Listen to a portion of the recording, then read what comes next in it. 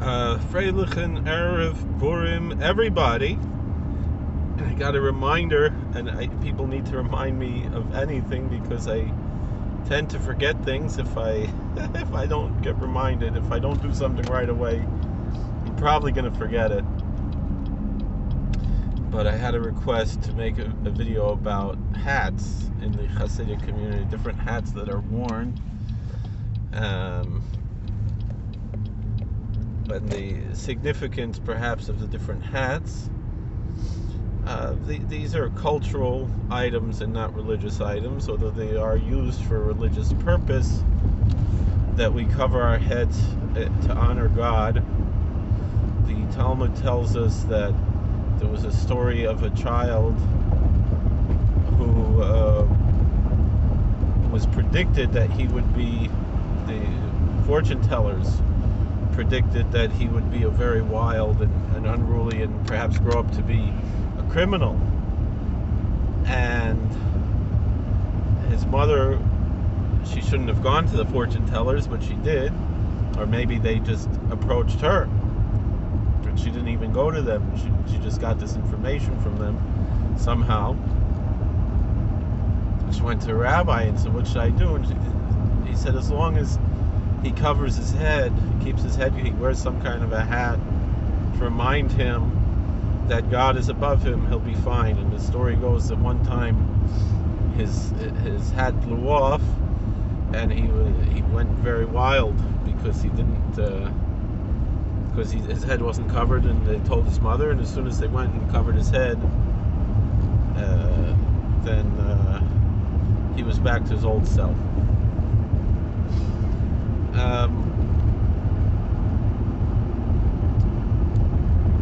The Talmud elsewhere says that the custom of the sages and of their students is to make atifa, to wrap one's head when in prayer. So that means, in addition to, say, having a yarmulke on, if someone's wearing a prayer shawl, a tallis, they put the tallis over their head. And that is a sign of either being a chochem or a talmid chochem, of being a wise person or being a disciple of the wise. Not a wise guy, a sage, a wise person. And the custom was that when one prays, they should wear a prayer shawl and cover their head with the shawl. As history went on, because it would seem that people wore their shawls all the time. That was the garment that they wore, that they covered themselves with, and maybe it had a hood, or it was like our shawls that you could wear it over your head. It was an additional garment. And when the custom became that one only wears it during the morning prayers, or in some communities on the evening prayers of the Sabbath and the holidays, particularly it's a custom in Jerusalem, the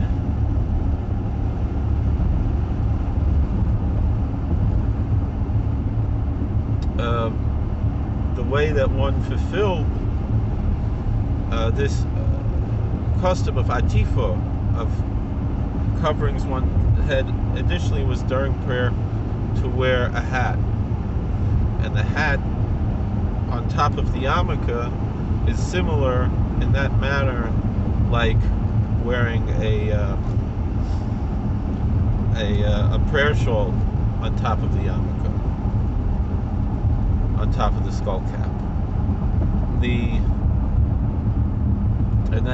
So in general, though the custom would be that in those communities where someone who is not yet married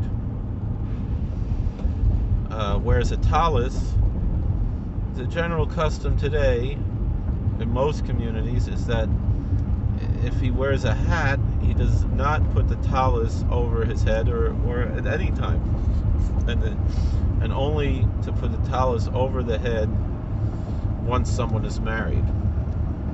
That's a very common custom. This is both in the various communities. So if someone really, the halacha is, the plain Jewish law is that one is supposed to wear a talis for prayer, for all the prayers, but it developed to just the morning prayer, whether or not one has been married. And the Sephardic Jews and the German Jews follow this original custom. And I believe in the Reform and the conservative customs, particularly since they were heavily influenced by the German custom, they also maintain this commonly. In the non-German Ashkenazic communities, the Eastern European communities, whether the Lithuanian, or Russian, Hungarian, Galician or Polish, these communities somehow developed a custom that one does not wear a talis for prayer until one is married. Some say that this has to do with the inyan of the Or Makif, that in Kabbalah, most likely, just to be intellectually honest and historically honest, most likely somehow the custom disappeared. Perhaps people couldn't afford in those communities to purchase a talis, and so they they made it, you had to have tefillin. That's more important than the talis. It developed that the bar mitzvah boys would just get tefillin, and only once you're married you wear a talis. But another part of it is, in the old days, people got married pretty young, and so they would be generally, you talk about in Ukraine and places like this, you would be married around when you're 13. I know Reb Nachman of Breslov was married when he was 13. When it says, Shemon Esrei L'chuppah, when it says you get married when you're 18, that means no later than that. That was the old way. But of course today, 18 is when maybe most people start looking to get married, maybe 17 in some of our communities, and in many communities, particularly more modern communities, it might be 20, 21, maybe 25 until someone gets married. Depends again on the community. And then, of course, some of the more modern communities that might get married later, 30 or so. Obviously, if one is able to find, meaning they start to look to get married, not that, if you don't, it's not always a choice. You don't always find somebody. That's a different story. A lot of people, they're looking and they don't find somebody. In any event, but the story is, in any event, in the old days, people would start to wear talis. The wedding and the bar mitzvah would come together at the same time. Anyway, and of course, Rabbi Nachman, he was around my age when he left this world, and he already had grandchildren that he could carry on a conversation with, because there's stories about conversations he had with his grandchildren. But in any event, that's the custom, is that one doesn't wear the talis until they're married, unless maybe they're leading a prayer or they're getting an honor in the synagogue. Then they'll put on the talis even if they've never been married. If they're married and they're widowed or divorced, then they continue to wear the talis, obviously, and they continue to cover the head with the talis. In any event,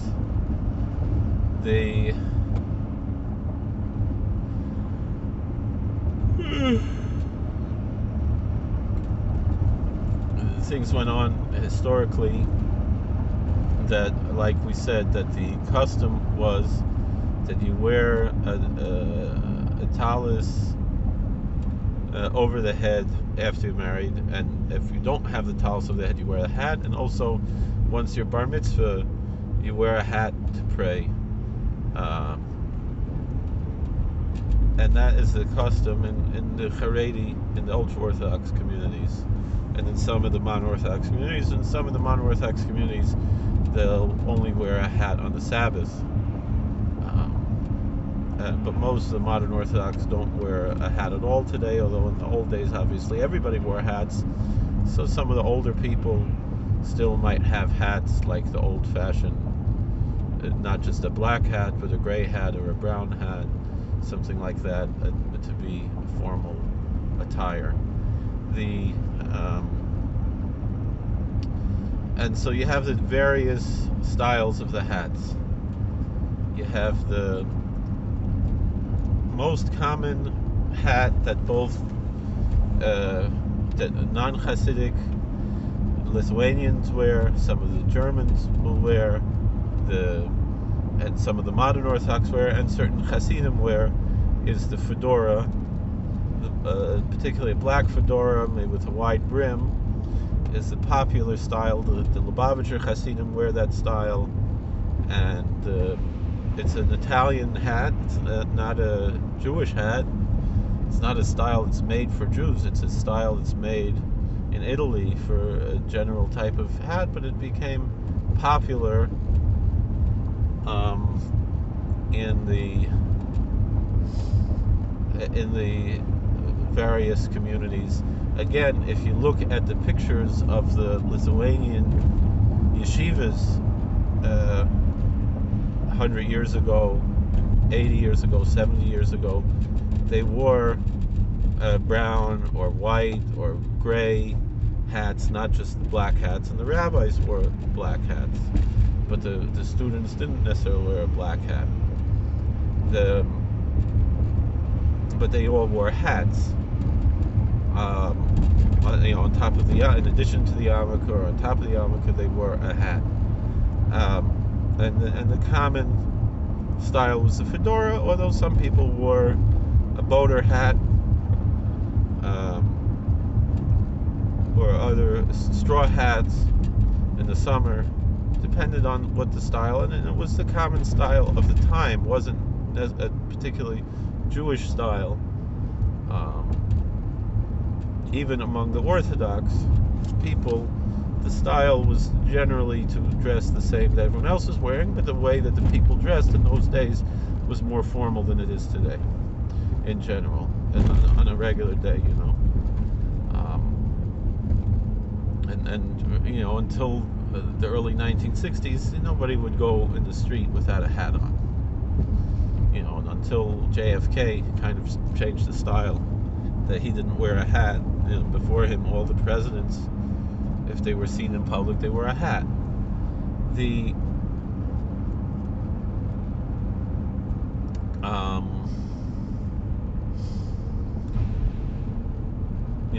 Out of doors. So anyway, the custom in the Hasidic communities, the reason why a lot of these communities, when they came to America, did not necessarily wear Jewish style hats, but they wore fedora hats, a lot of those was because those were the communities that came from Russia or other countries that were under Tsarist rule, where Jewish styles of clothing were prohibited. So that's why they stopped wearing the Strymo and these other styles. And so that's why the Lubavitcher Hasidim stopped wearing a Strymo, and they put on, initially they would wear more like a bowler hat or a Hamburg, and then eventually, by the last Lubavitcher Rebbe, the custom became the bent down fedora hat, which was what he wore. He was a college boy, and he wore the styles of the time.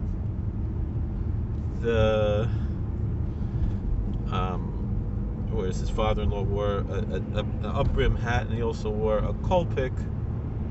I don't believe it was a regular Strymo, it was a Kolpik, or maybe he had the Kolpik for some occasions, Strymo for other occasions, but the pictures we always saw was the Kolpik. So that brings us to the Hasidic styles of the hats. And many people also, particularly if they studied in non-Hasidic yeshivas, they'll wear, even if they have a Hasidic culture or theology or customs, they will still wear the hat that's common in the Lithuanian yeshivas, the bent down fedora, perhaps even with a gartel or even with a bekutcha, with a kaftan. And then the Lubavitcher Hasidim, when they're married, they wear a frock coat, Prince Albert frock, which is also the style of the Lithuanian rabbis, who might wear such a frock either with a bent down hat or with a bent up Hamburg, is generally the rabbinical style among the Lithuanian rabbis, to the point where they kind of look like Hasidim, although there's certain things that are a little different, but in general, the style of the Lithuanian rabbis is to wear a frock and the Hamburg, which looks very similar to the style of the Hasidim to wear a kaftan and some kind of a bent up hat. The different Hasidim then have other styles of clothes, other styles of hats, most of which are up-brimmed hats. So the Satmar Hasidim, for example, which is the largest Hasidic group in America, I think in the world, which is not traditionally Hasidic, but more traditionally Hungarian, with some Hasidic culture and customs, but more holistically Jewish than particularly Hasidic in the way that you find in some of the Russian communities. And among the Satmar Hasidim, there are two main styles of hats that are worn. One is the Marift in the Platschiga hit, the Flache hit, a flat hat, for lack of a better term, which is similar to this type of hat, but a much lower crown. Sometimes the brim is a little wider, particularly a rabbi might have a more wider brim than a layperson, and maybe even a little bit of a higher crown, but not as high as this crown. And although I also have a wide brim hat, but I save it for more special occasions, not for every day. But it's a high hat, and so that's also a Jerusalemite style, and the Hungarian style, and the style that I wear, even though my family came from Satmar, but my Zeta wore a baseball cap on the weekdays and the fedora, which would be usually brown or gray, on the Sabbath. And he was born in America, but his parents came from Hungary, but also were clean shaven. But they came from Rabbanu Sheikhus, going back, like we say, to the Chenga roof and the Krula roof, and of course further back, the Chenga roof goes back to Big Tzaddikim, to the Chavas Yor, who I love very much, and is very Makusher too, and the Maralmi Prague. Just go back to David Melech, and to all the Malchus based David, all the royal family of King David, and all the kings of Judea, who are my ancestors. Therefore,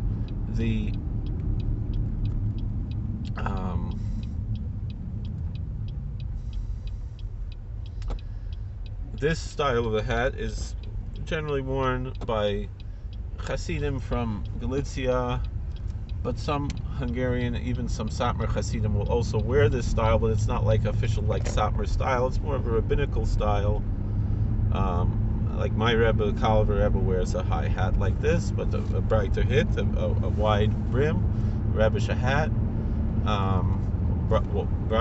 wider than I have, than what my hat is, my other hat, and then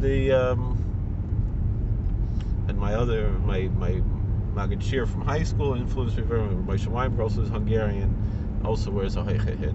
The Satmar Rav, he saw one of the Bachrim in his yeshiva wore a hoiche hit, and he asked, is it any more expensive, the hoiche hit, than the placha hit? Is a high hat more expensive than the flat hat? And he said, no, it's the same price. So he said, that shows that it's less valuable.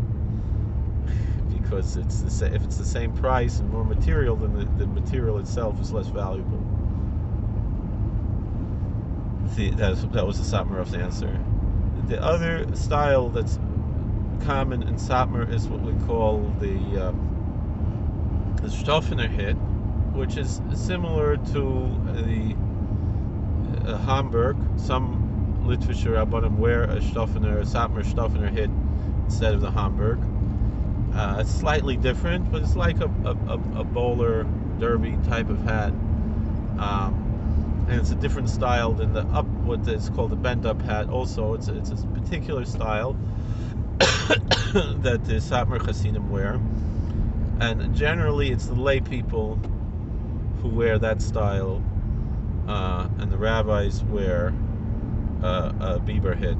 And I know one person, and many of the Satmar Bochurim, some wear the Stoffener hit even on Shabbos. The Wiener Kehila also, they wear Stoffener hit, but then a lot of the people in the Satmar community, the Bochurim, the unmarried boys, they'll wear that Stoffener hit on the weekday and the Plachige hit on Shabbos. And some even wear a Hoiche hit on Shabbos. And certain families, even if they're rabbis, the Dayanim, Rabbanim, also still wear a Stoffener hit. But I know at least one person who was a balabas and is Gavarna Rebbe, a Ruv, and so he switched from, this was a long time ago, he switched from the Stoffener hit to a Hoiche hit. But even though he's from the Satmar Kehila, he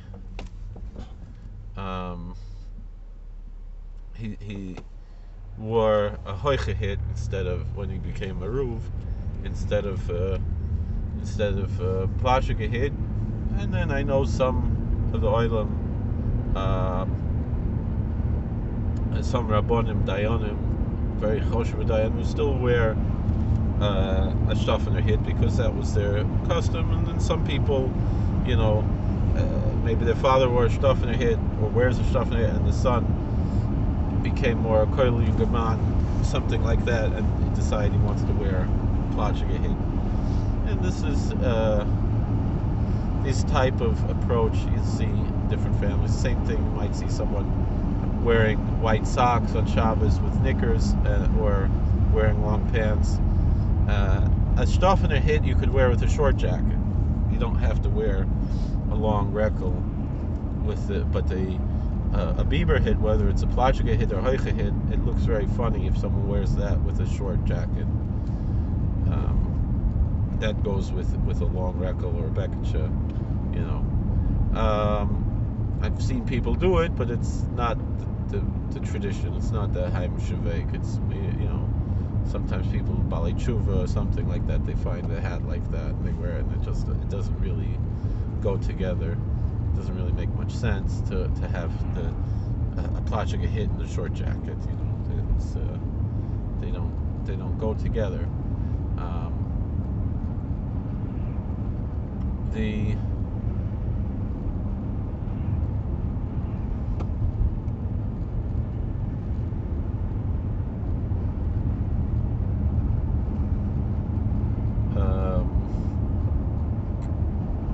When it comes to these hats, so the other styles is the bend-up hat. And if it's round on top, that's what the Ger Hasidim wear. Some of the Yerushalmi Yidden also wear it. Some Breslover Hasidim might wear that. And then it would have kind of a seret around it, like a brim, like a type of brim around the brim. I forgot how you call this seret. And then the other style is the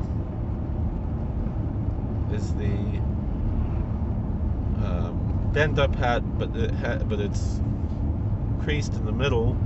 That's the hat that I wore for a while. Like, I started with the bend down, then I graduated to that bent-up hat, and then to the Hoiche hit. For a while, it was a Hoiche hit on Shabbos, and the bend-up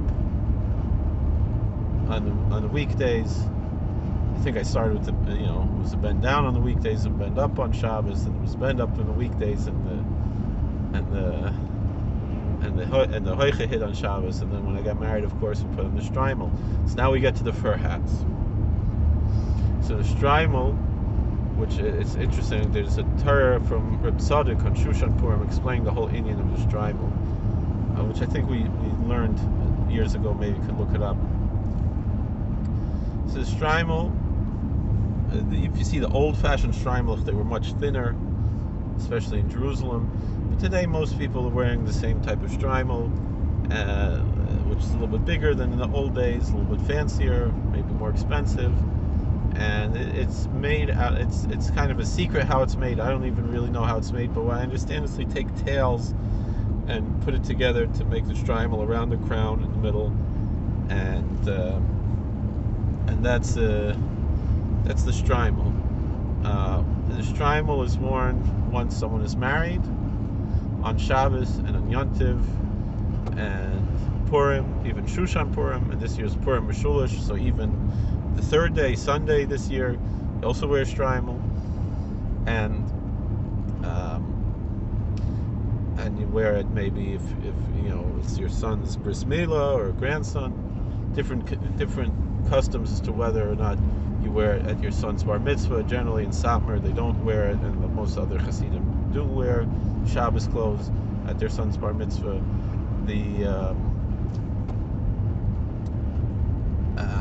What are the other things? When else would you wear a Strymo? Chol HaMoed, the whole week of Passover and the whole week of Sukkot. Hanukkah, generally people don't wear a Strymo, but the Rebbes might. And the same thing with Rosh Chodesh, they don't wear Strymo. Other days, we're going to discuss that in a minute. Rosh Chodesh, things like that, nobody wears a Strymo just for Rosh Chodesh. But a Shever Brachas, meaning if your child is a wedding, you wear a Strymo, and if you're and the Shever Brachas and the Chosin, the groom, the whole week of the Shever Brachas wears a Strymo. Also the Shabbos before he gets married, the Ofruf, he doesn't wear a talis, but he wears a Strymo already.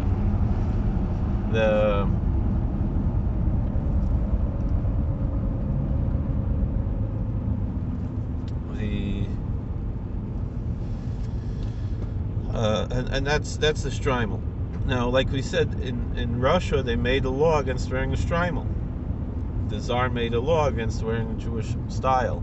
So in what's called Congress Poland, certain parts of Poland, the custom became, instead of a Strymo, they took a hat that was actually, I believe, from Mongolia, and it's called the Spodek, and the Spodek hat became in place of the Strymo.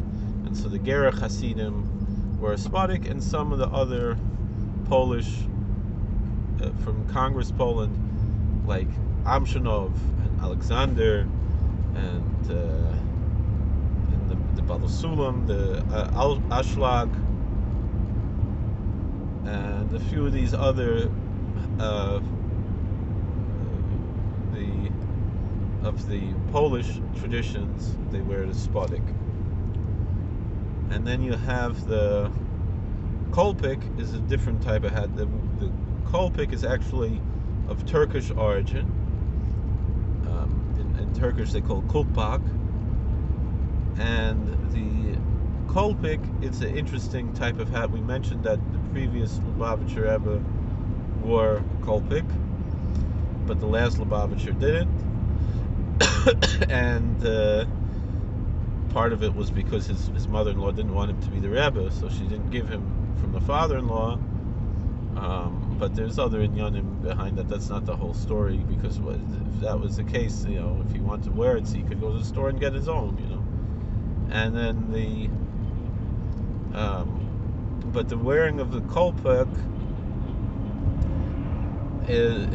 traditionally, it was a hat that Rabbonim wore even on a weekday in certain communities, even pre-Hasidic. It was just a rabbinical hat.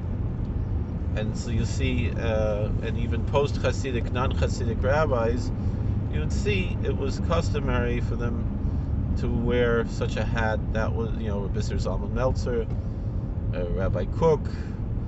You see, this was the custom. You see the pictures. Sam Sefer, it looks like he wore, hard says, a Strymo or a Kolpik. Today, the custom is that in certain Rebbeisha families, meaning the princes of the courts, the unmarried grandchildren or children of a Hasidic Rebbe, in certain communities, certain families might wear a kolpik on Shabbos. It looks similar to a spudik, but it's brown, and if it's nicer, it's like kind of has a black stripe in the middle, and it's lighter colors on top and on the bottom. And until they're married, and then they stop wearing it, and then the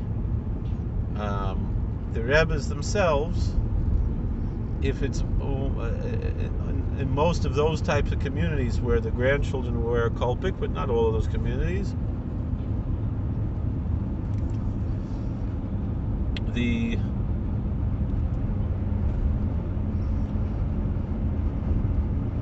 Rebbe himself, if it's a special occasion, might wear a kolpik. It depends on it depends on the community. So Hanukkah is a good example. By not the whole day Hanukkah, but when lighting the Hanukkah candles, you might see there would be three different customs. Some Rebbes, which is the current custom both in Satmar and in Babov, even though the old Babov Rebbes wore kolpiks, and his grandchildren wear kolpiks, but the Rebbe himself does not wear a kolpik, and in Satmar, it's not the custom to wear a kolpik at all. Obviously, if the Einikel both of Satmar and Vishnitz, or Satmar and Square, or something like that, then he would wear a kolpik, the Einikel. But the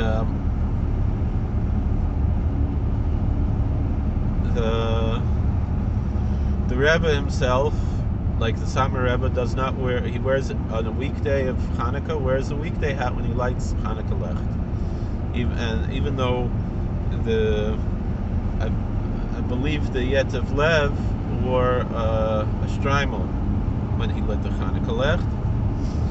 I think the Kedushas Yontiv already said, even though his father wore a Strymo, that's because the Oilam came to see him light Hanukkah Lecht. But who wants to see me light Hanukkah Lecht? So I'll just wear a hat when I light Hanukkah Lecht. It was to show honor to the Hasidim, but nobody's coming to see me. It was a mark of humility to say, I'm not such a big Rebbe that I need to, and that's why to this day the Satmar Rebbes don't wear a Strymo for Hanukkah Lecht, except Friday night and Motzei Shabbos, Saturday night. But in Kalev and Biala and a lot of other, and Verna, the Rebbes do wear the Strymo every night of Hanukkah Lecht, when they light the Hanukkah Lecht. Although again, some of them might wear a hat, but in general, that's the custom in those communities. All 8 nights of Hanukkah, just for the Hanukkah Lecht, they wear Shabbos clothes. And in Adverna, they play a fiddle, and it's a whole thing there.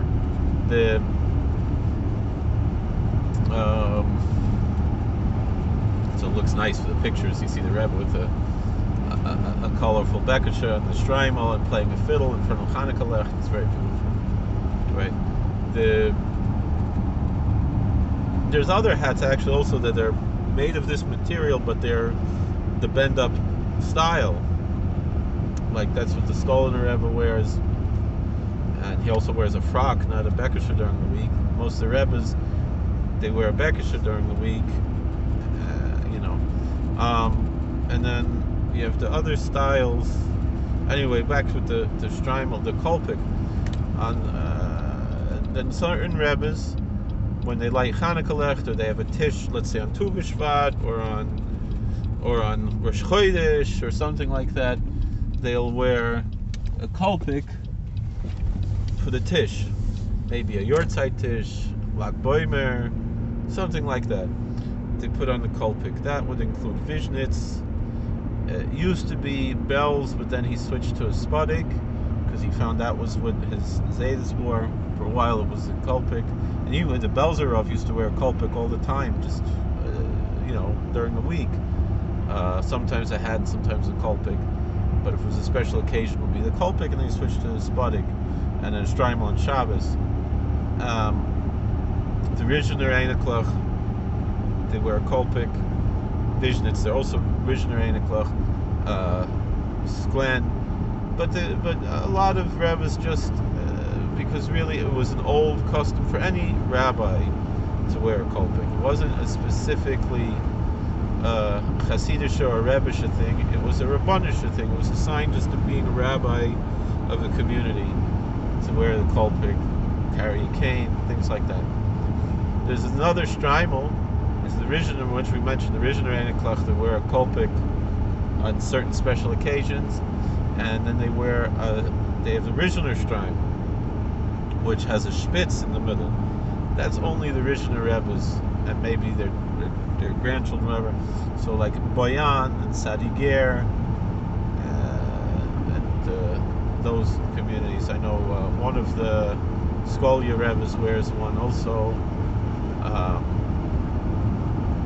And that's various community. That it's a regular Strymo, except the middle of the Strymo is cone. Instead of being flat on top, it's a cone.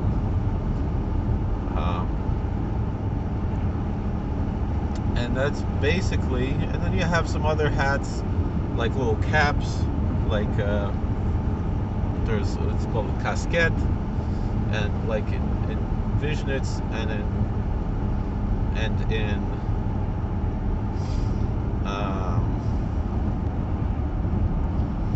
bells, the boys before their bar mitzvah will wear a casquette like that. There's a particular style that's worn, and then there's some people wear like a Greek fisherman cap, especially some of the Lubavitcher Hasidim, or like a Newsies cap. It's called a driving cap, really is what it's called. They used to call it Newsies because of the movie Newsies. I guess the newspaper boys wore caps like that, but a lot of people wore caps like that.